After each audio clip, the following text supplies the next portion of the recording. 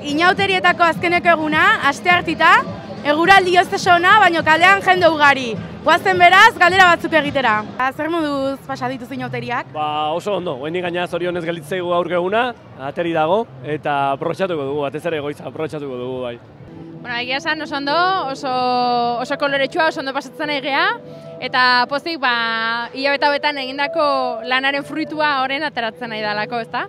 Ondo, hoxe jundi ala ez, kasik ia dijo, hasta bida gaur jantzitan nahon bezala, bazan eta badabilor WhatsAppetan da alako bideo bazen ez, badator garra, badator garra.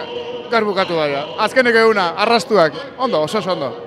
Bai, egun guztiek, ostegun gizenen astegea, da geixo edo gutxigo, baina egun guztiek aprobetxatzaiteu, bai.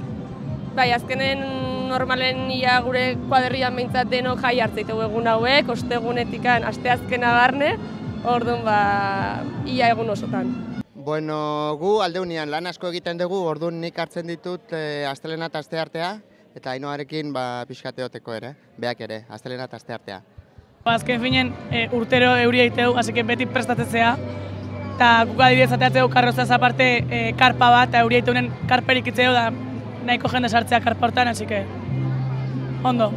Bueno, egon esaten duen eserak, esaten duen bezala, egon elditxarrari arpegi ona, eta botak eta barrutik erropa jantzi, aterki hartu, eta aurrea, bai. Egia esan da honekin etzea bustitzen orduan. Guk ez dugu problemarik eukin.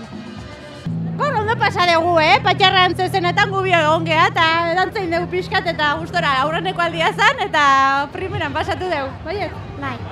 Justo aurrekon, astelenen akordeiko kinatea ginen, eta oso ondo, holtzen, abesten eta ibili ginen, eta oso guztua. Ostegun gizena naiz eta mozorrotu gabe egon, egun oso polita da. Igual urte guztia itxoiten txupinaz hori entzuteko, familirekin eta gero lagunekin konpartitzeko, nik uste hori dela, ostegun gizeneko egun osoa.